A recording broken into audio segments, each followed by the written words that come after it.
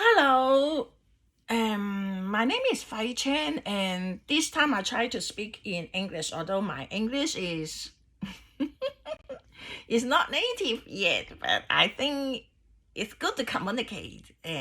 So let's try. Many people want me to talk about my journey in aromatherapy and how to upgrade yourself, like to have publications not just in the aromatherapy journal but more advanced, like in academic journal or medical research journal. So today we will discuss, I'll try to talk about it. Let's see, in details. Maybe I first have an interest in aromatherapy when I was still in Jackson, Mississippi. At that time, actually, I was a homemaker and I have a lot of spare time.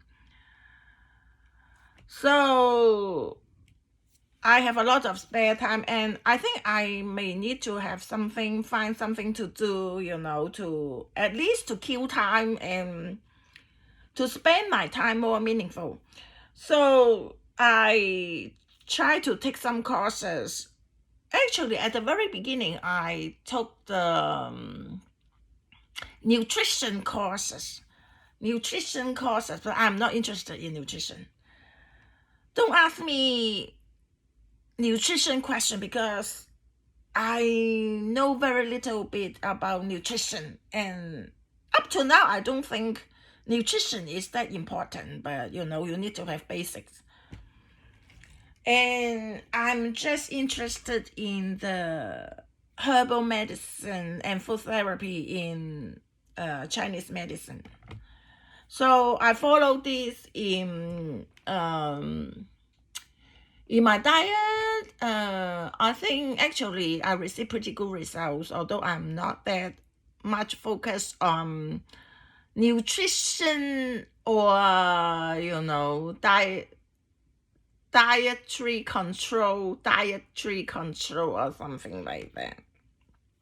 But I do follow, some of the news about nutrition so that I can keep myself updated, because something where maybe I eat something that is not healthy that I don't know. So, but I'm not that, I don't spend that much time on nutrition and what I need to eat or what I shouldn't eat. After I finished the nutrition course, then I started another course in aromatherapy because my friend in Hong Kong was an aromatherapist and she was quite successful, and she applied aromatherapy onto massage. And at that time, this was still very new in Hong Kong. I'm talking about more than 10 years ago or 20 years ago. So that was a very new thing, like applying essential oil blend with massage for healing purposes. So I took a course in a school, I forgot, I think it's in the East Coast, and that school actually offered a lot of alternative medicines courses. That was not actually, that school was not in I don't know, I think it's not at that time, it's not registered or approved by the aromatherapy associations as a for accreditation.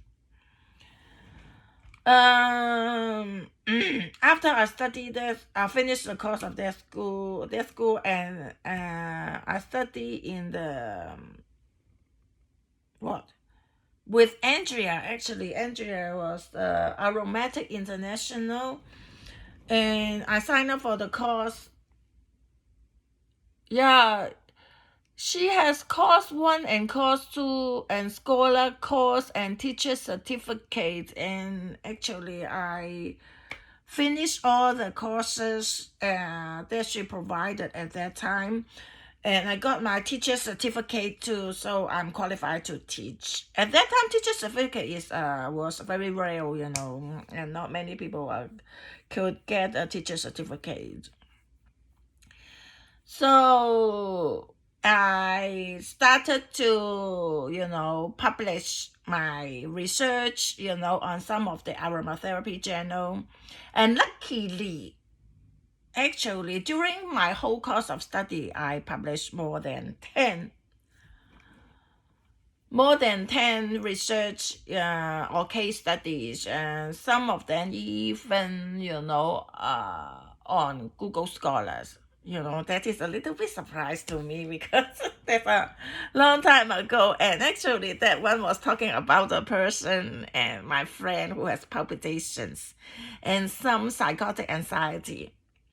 And yeah, that is about, I try to explore and incorporate destiny into aromatherapy treatment, and how people think and why this can affect the treatment result, and whether you should refer this person to a psychology or not, but that one was very popular, and I got famous, of course, because of that.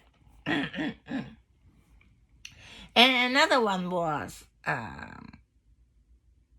what? Another Google Scholar article was about the rubefacient.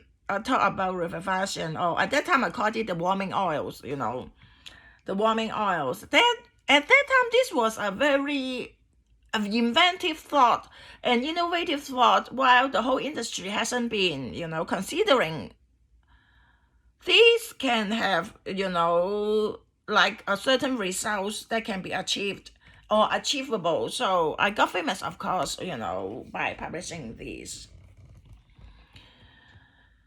And later it becomes my research topics on a conference, in a conference called rubefacient, and talk about a lot of rubefacient, right? Um I use this actually, to treat rheumatoid arthritis too, and I have another Google Scholar article in uh rheumatoid arthritis, and that one was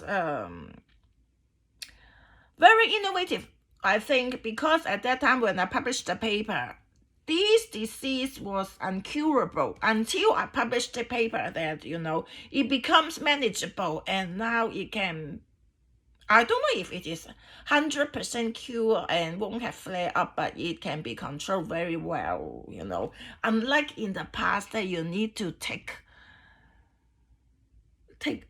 what, cancer treatment pills and do surgery and this and that. That is a very stressful experience for people who have that kind of diseases.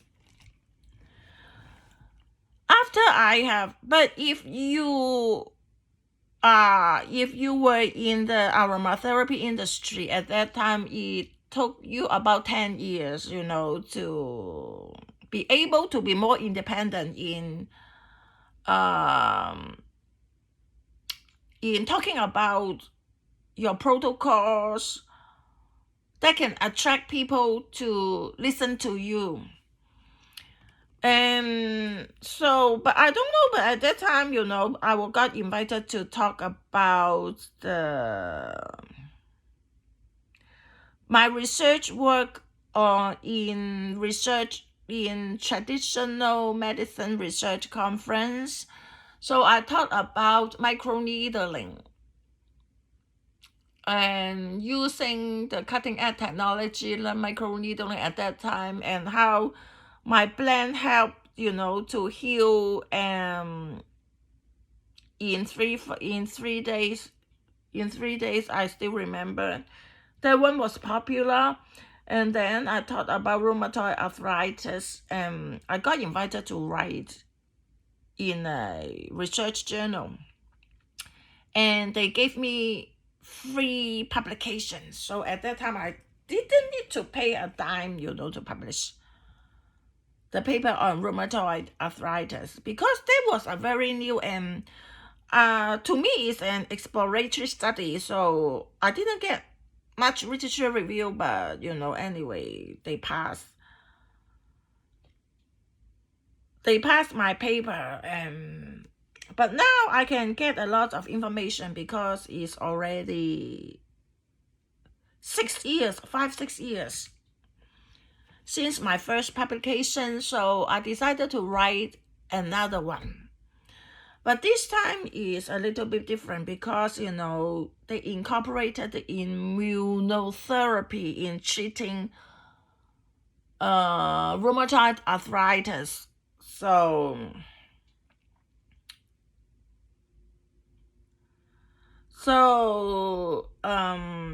but if you use immunotherapy, you may not you may not need to take medications if you follow their protocols. Like you use IV instead of pills, to help. So this time I will explore these, and I will discuss actually what actually side effects are they facing, how you can reduce the side effects or get rid of the side effects, how you can deal with the flare-ups and make the flare-ups less remissible.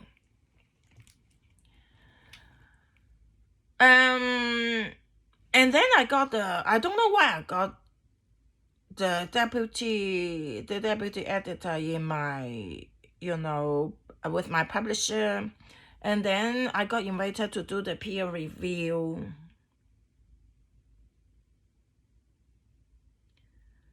And then I got the best article of the year, of course, on the infrared energy. It seems I deviated, from traditional aromatherapy or traditional medicine to integrative medicine, and then to reducing the side effects of conventional medicine while enhancing the functionality of conventional medicine. And then I find myself doing this now. So because I peer review a lot of papers on conventional medicine recently, so it's easier for me to understand what they are doing and what actually is happening and what side effects are they creating. They may have no clue yet, but because I'm adopting an integrative medicine approach, so it's easier for me to find a way to reduce the side effects and then find a way to enhance their results. So I can be a complement. My protocol can be a complement to conventional medicine. This is very important. You know why? Because in this I can survive. And I can survive, and I can got invited to work and collaborate with conventional medicine research. That's very important, that I can make money. Of course, the purpose of my doing so is not make money, but the consequence is I can make money. And I don't need to worry about that, AI will replace me and then I will lose my job and I have no income. So when I write a paper, now my purpose or my goal is not for the general public to read, but the general public can read it, but I write it with a purpose, with the medical researcher to read or the big pharmaceuticals to read, so that my work can be sold to big farm, that I can get a wholesome money. So I sell my right or patent, something like that to them. Or I license my, patent to them, for a certain period of time, and then we can renegotiate and then add something and restart again.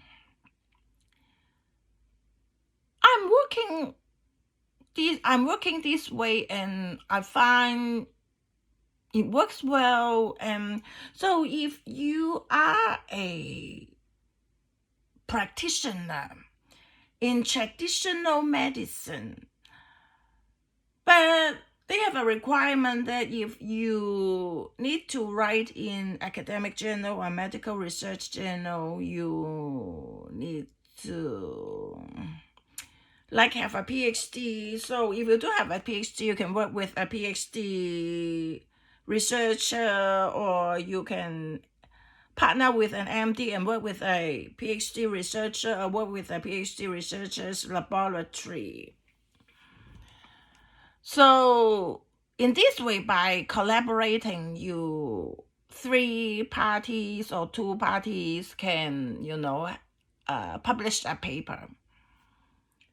But you need to have some novelty and something significance, that they are interested in it. If not, it is a bit hard, for them, to adopt what you are talking about, because, when people receive more education, they will be more arrogant and think that, what they think is better than what you are talking about. Until you prove that, you are consistently right and you are talking something consistently that they don't know, and through validation, they found that what you are talking about is 100% correct.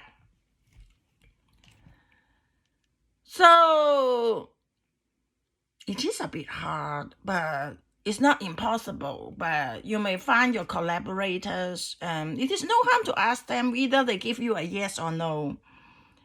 If they give you a yes, it's good. If they give you a no, then find another one until you get a yes. If I were I were in the traditional medicine and I want to advance, I will do that. Or you give a speech in the traditional medicine conference. It is hoped that they will listen to that conference and find and spot you out. This is possible. Or the traditional medicine conference organizer, they may spot you out, for publishing on their journals. Usually they have their own journals, and they have their own journals. They can invite you to write, then have publications there. This is another way. So if you're thinking of whether you should have publication, I would say that yes, you should have your own publications in those medical research journals or academic journals. They make what you are doing more convincing or more impactful. So you may want to the first thing you can do is to try to speak in the traditional medicine conference. And then you speak a few times, a few years, or you find, a few organizers to speak to. And hopefully, one time you will be spotted out. Today we will discuss up to this point, and we'll find another time to talk about more, like how to do a good peer review, how to find your collaborators in renowned universities or Ivy League universities. Okay,